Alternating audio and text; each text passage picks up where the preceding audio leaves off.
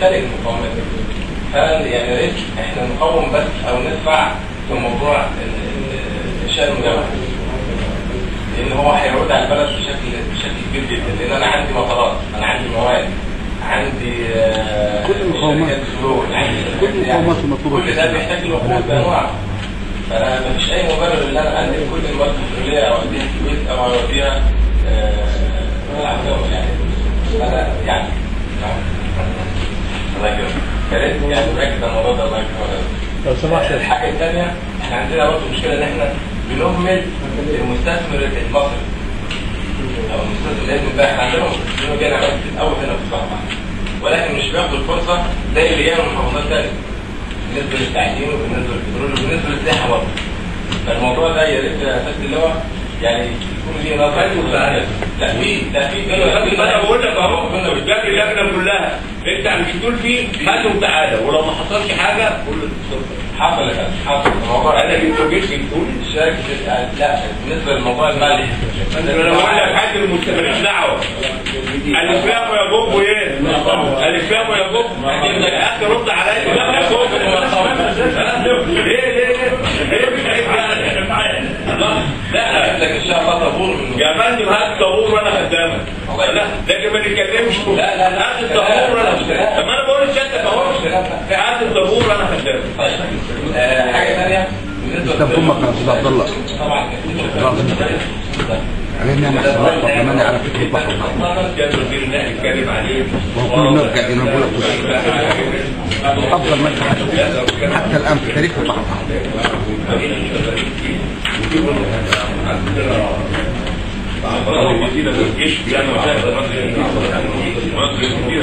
يعني في موجود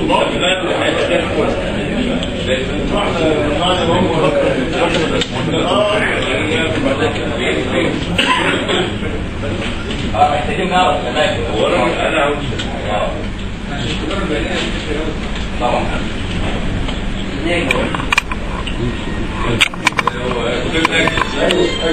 اللي تقول عليه فاتن الميعاد اللي هتقول عليه انا مش فاهم. الميعاد اللي فاتن هتقول عليه دلوقتي انا مش فاهم. هكتبه اهو. كاتب عليه امتى؟ انا بقول لسيادتك اهو. لا يوم الثلاثاء انا سعيد من سعيد. ميعاد يوم الثلاثاء.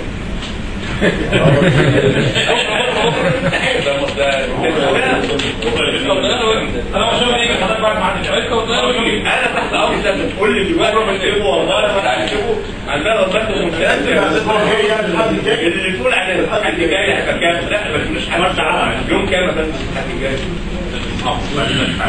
ثاني واحده 30/9 ساعه 1100 يا فندم. ما تعرفوا بالجنوب ولا الجنوب؟ انت بالجنوب يوم الاحد.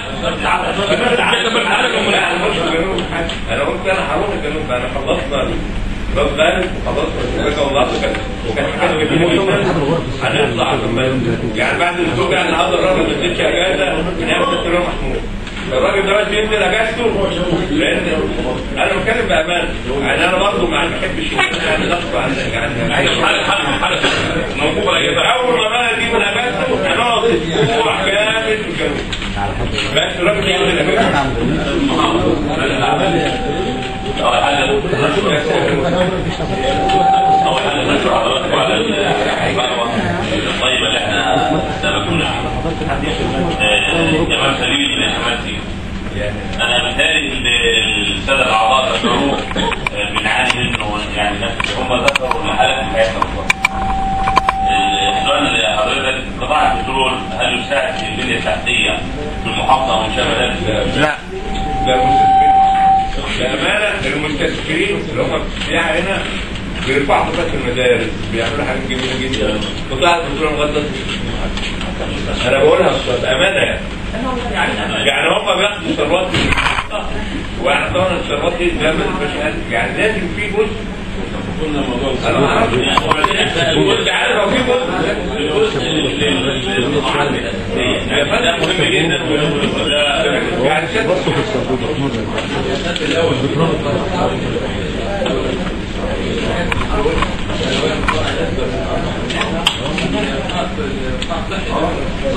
يعني المستشفى بتاعتهم المستشفى النقطة الثانية دي لو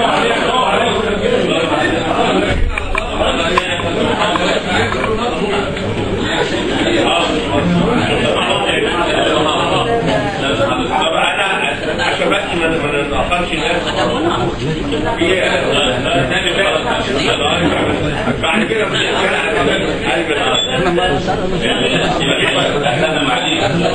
جميع المحافظة هم من أهل المحافظة من المحافظة الطيبات كلها ما عدا كتير عارف مساعد ورسائل مدن الأدارة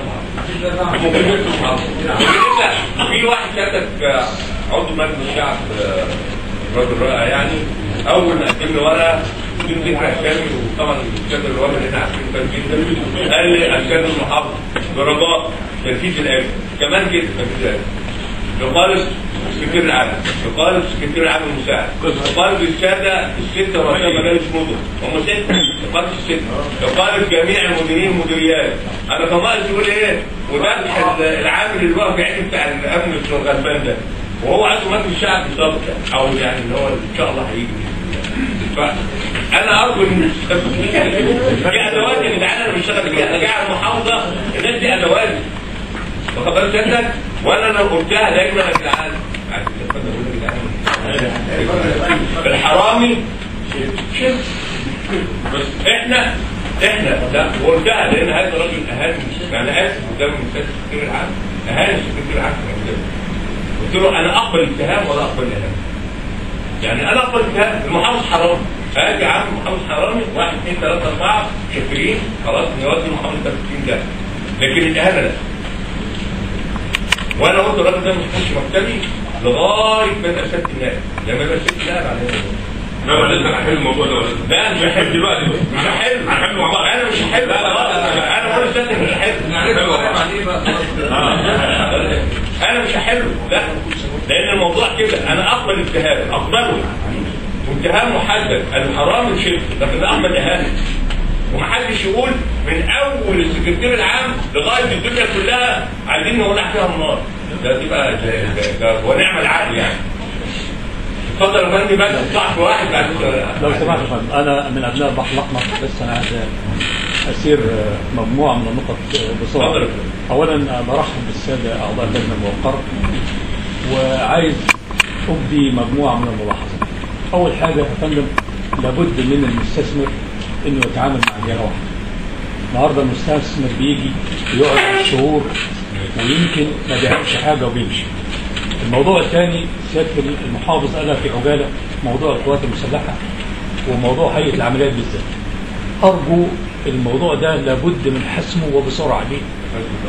هيئه العمليات يا فندم هيئه العمليات بتعاين كل مشروع في المحافظه. يعني اي مشروع النهارده بيتقدم للمحافظه بيطلب منه خرائط بيروح هيئه العمليات بيدفع رسوم. اذا كان في الغردقه بيروح اسيوط يسدد الرسوم واذا كان في راس غارب بيروح السويس وبيجي 7 ضباط بيمثلوا الاسلحه المختلفه بيعاينوا المشروع وبعد عده اشهر قد تتم الموافقه وقد يرفض. نمرة 2 في تداخل ما بين اراضي القوات المسلحه واراضي المحافظه. يعني تخيل سيادتك في مرسى علم ويمكن انتوا هتروحوا في مجموعه من القرى السياحيه بعد ما انشئت جات القوات المسلحه وقالت هذه المنشآت اقيمت على ارض القوات المسلحه. طب انتوا كنتوا فين؟ فلا بد من حسم هذا الموضوع وبسرعه. الموضوع الثاني النهارده سيادتك لو شفنا صوره دبي من 20 30 سنه هنلاقيها طبق الاصل من الغردقه. نفس الامكانيات تقريبا بس هناك المستثمر خلال 48 ساعه يعمل مشروعه. احنا هنا بنتعامل مع عده جهات كل جهه بتتعامل في بحر مستقل بالاضافه الى الموضوع الثاني اوصي خيرا بمدينه راس غارب. يعني تخيل سيادتك الغاز اللي بيطلع وبيتعبى في الانابيب بيطلع من راس غارب. تخيل سيادتك بيطلع من راس غارب ويتعبى في القطاميه ويرجع لنا هنا تاني. فده مش معقول. في مجموعه من الدراسات انا هقدمها لسياده المحافظ كان وزاره البترول وافقت عليها سنه 2005 باقامه مجموعه من المصانع. مصنع لملابس البترول في مدينه راس غارب، مصنع للمياه المعدنيه، مصنع لملابس العاملين بالبترول في مدينه راس غارب. بالاضافه الى عندنا انقى انواع الرمال الزجاج في منطقه راس غارب في الزعفرانه. عندنا السماد الزراعي، الجبس الزراعي موجود في. الحاجه الثانيه انا بقترح، احنا عندنا الرخام، اجود انواع الرخام في راس غارب، وعندنا موانئ للتصدير. طب ايه اللي يمنع ان انا اعمل منطقه صناعيه واجيب مصانع شق التعبان الموجوده في القاهره وبتعمل تلوث تبقى موجوده في صحراء مدينه راس غارب بجانب المحاجر وبجانب الموانئ، ويبقى انا وفرت كده. متشكرين. عشان